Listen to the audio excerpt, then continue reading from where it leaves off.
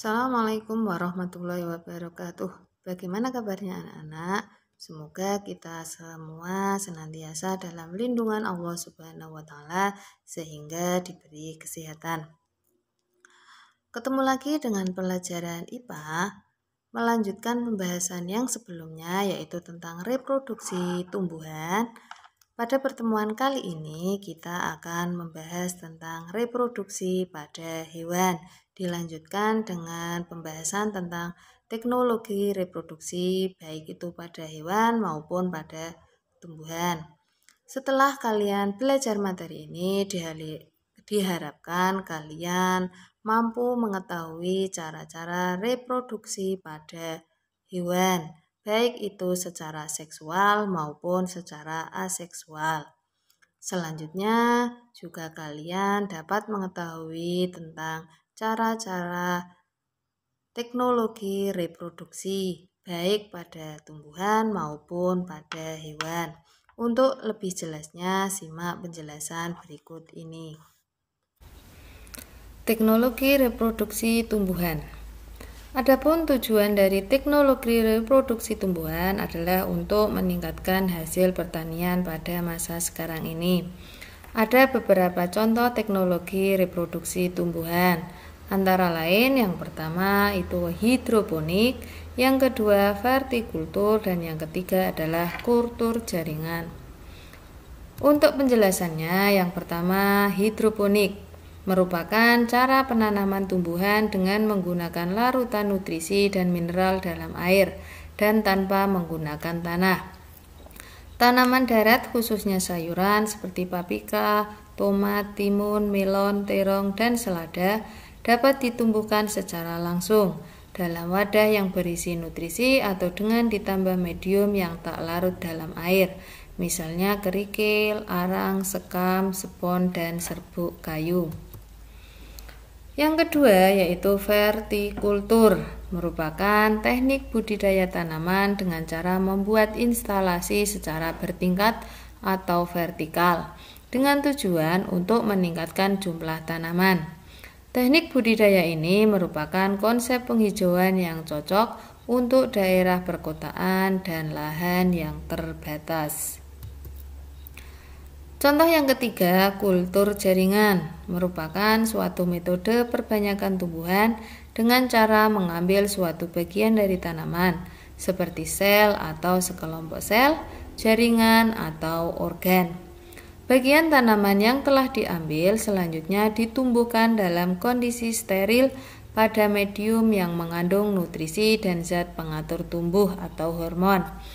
Bagian tanaman akan dapat memperbanyak diri dan berkembang menjadi tanaman yang memiliki organ yang lengkap, yaitu akar, batang, dan daun. Pembahasan selanjutnya tentang reproduksi pada hewan. Ada dua cara reproduksi pada hewan, yaitu yang pertama reproduksi aseksual dan yang kedua adalah reproduksi seksual. Di mana untuk reproduksi aseksual merupakan cara perkembangbiakan tanpa melalui peleburan antara sel kelamin jantan dan sel kelamin betina. Sedangkan reproduksi seksual adalah cara perkembangbiakan yang dilalui dengan proses pertemuan antara sel kelamin jantan dan sel kelamin betina. Adapun reproduksi aseksual pada hewan antara lain yang pertama fragmentasi, yang kedua tunas, yang ketiga partenogenesis, dan keempat membelah diri. Fragmentasi terjadi melalui dua tahap. Tahap pertama adalah fragmentasi, yaitu pematahan atau pemotongan tubuh induk menjadi dua bagian atau lebih. Selanjutnya terjadi tahap regenerasi, yaitu setiap potongan tubuh induk tersebut membentuk bagian tubuh lain yang tidak ada pada bagian tersebut. Pada akhirnya, setiap potongan tubuh tersebut akan membentuk individu baru dengan bagian tubuh yang lengkap seperti induknya. Contoh hewan yang melakukan fragmentasi adalah cacing planaria. Yang kedua, tunas. Hewan yang melakukan reproduksi dengan cara tunas antara lain hidra, Porifera, dan Coelenterata. Cara yang ketiga, parthenogenesis, merupakan perkembangbiakan dengan cara terbentuknya individu dari ovum tanpa melalui pembuahan atau fertilisasi. Contoh hewannya antara lain tawon, lebah, semut, kutu air, dan kutu daun. Kemudian yang keempat adalah membelah diri. Contoh hewan yang melakukan perkembangbiakan dengan cara membelah diri adalah amoeba, paramecium, dan euglena. Selanjutnya, reproduksi seksual pada hewan. Reproduksi seksual terjadi melalui proses perkawinan antara hewan jantan dan hewan betina.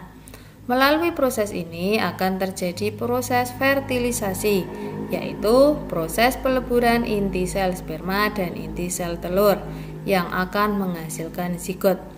Selanjutnya, zigot akan berkembang menjadi embrio atau calon anak. Dan pada tahap selanjutnya, embrio akan berkembang menjadi individu baru. Fertilisasi dapat terjadi melalui dua cara. Yang pertama yaitu fertilisasi internal dan yang kedua adalah fertilisasi eksternal. Fertilisasi internal terjadi apabila proses peleburan antara inti sel telur dan inti sel sperma terjadi di dalam tubuh hewan betina. Contohnya adalah sapi, ayam, kura-kura, dan buaya.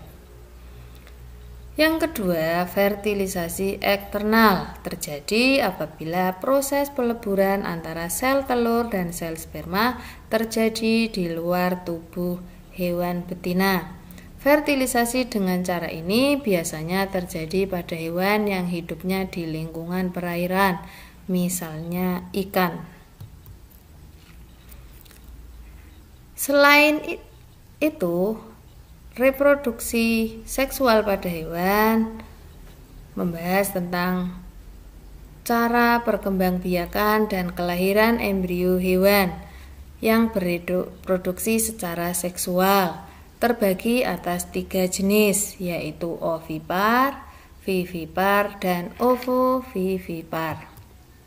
Untuk ovipar merupakan perkembangbiakan hewan dengan cara bertelur.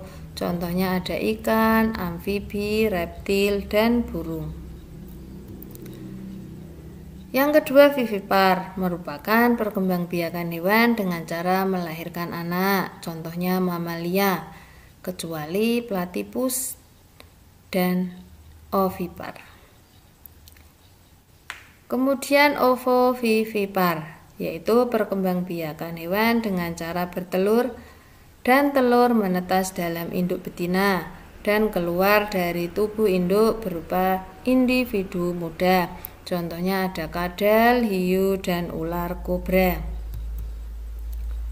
Perubahan bentuk tubuh tiap tahap pertumbuhan dan perkembangan biasanya dikenal dengan istilah metamorfosis. Berdasarkan perubahan bentuk tubuhnya, hewan mengalami 2 tahap metamorfosis, yaitu metamorfosis sempurna dan metamorfosis tidak sempurna.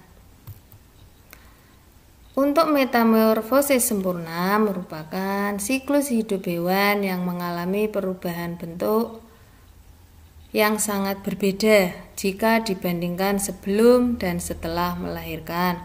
Contohnya kupu-kupu, lalat, katak, dan nyamuk. Urutan metamorfosis nyamuk adalah telur, larva, pupa atau kepompong, dan nyamuk dewasa seperti terlihat dalam gambar. Yang kedua, metamorfosis tidak sempurna, di mana salah satu perubahan bentuk pada hewan yang tidak terlalu tampak perbedaannya bentuknya saat lahir dibandingkan setelah tahap dewasa. Contohnya belalang, jangkrik, dan kecoa. Urutan metamorfosis belalang itu ada telur, nimfa, dan imago. Penjelasan istilah pada metamorfosis.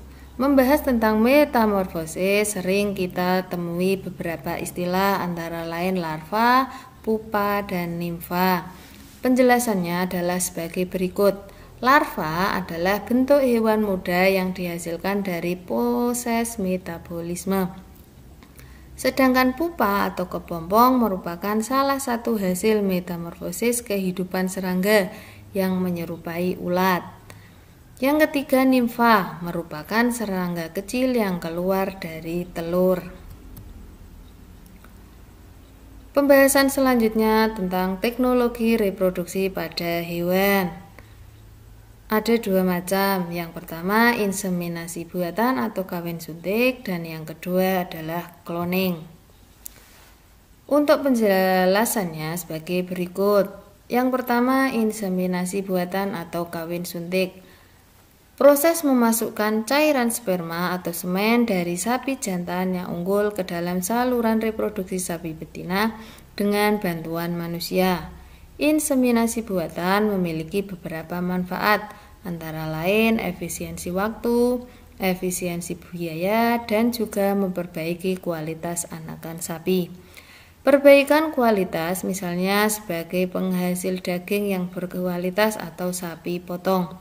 Sebagai contoh, untuk menghasilkan anakan sapi dengan kualitas daging yang baik dan berjumlah banyak, diambil sel-sel sperma dari sapi Brahman dari India untuk diinseminasikan pada sapi betina lokal.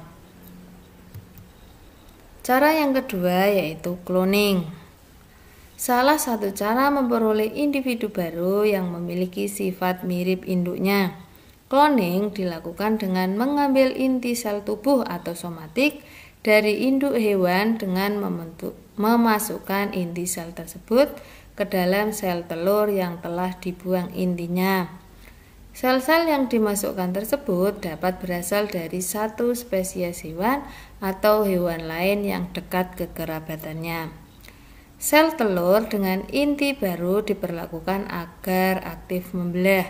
Sel telur yang berkembang dalam rahim akan dilahirkan sebagai klon. Klon yang pertama dihasilkan dari teknologi ini adalah domba Dolly.